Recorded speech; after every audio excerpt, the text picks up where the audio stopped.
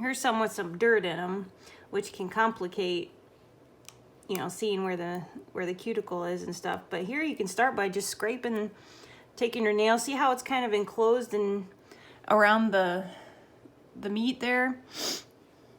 Just take your finger and break that. It breaks right off. I've had some that were completely enclosed, and I have to do this cases once he gets feeling a little bit better. I'll do a video of the black nails, but you can just peel that right off without even getting the clippers out and let that dead skin fall out. And then bring your clippers in and clip that excess away. Once you see what's what, get that dirt out of there too. So that one's pretty good. I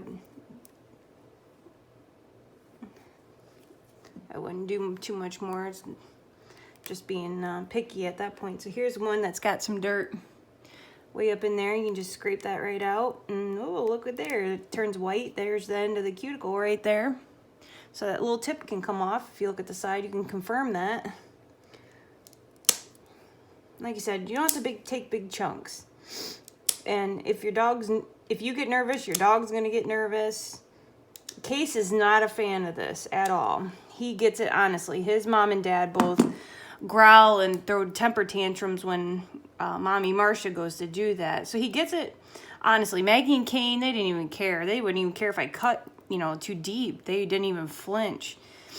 But he just gets it, honestly, through genetics that he is not a fan of it, but he knows he's not going to get out of it. So he just puts up with it. There, pulled some of the side there. So that looks more like a nail, and there's another flake. There's a little guy there. He's full of dirt because the bee was at the farm yesterday. I'm sorry if you can't see it. I'm trying to get it out in the light, but without hurting her. Peel the sides off. That'll help that dirt to fall out so I can see what I'm doing. There's a big chunk off the side there. Take that little wing off.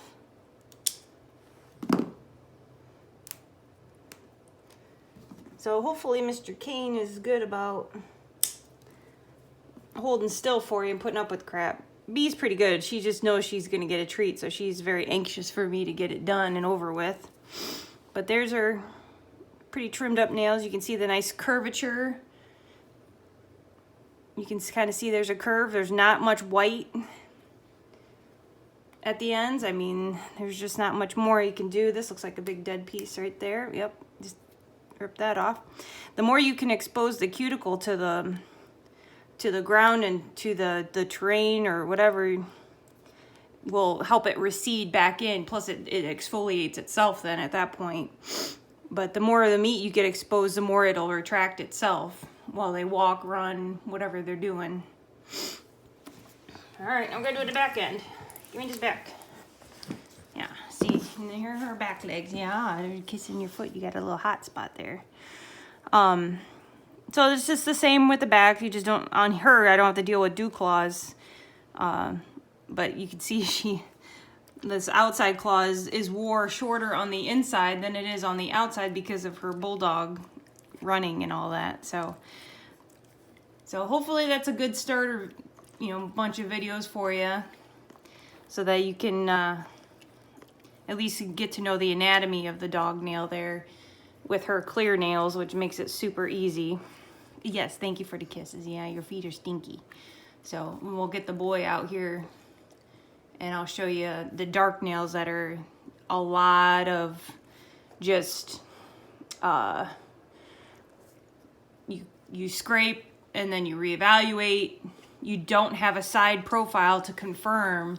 You just have to go by what you know of your dog and the shape of their nails, you know. So that's the best advice I can tell you until we get him out here and I can show you how much, you know, how harder it is for the dark nails.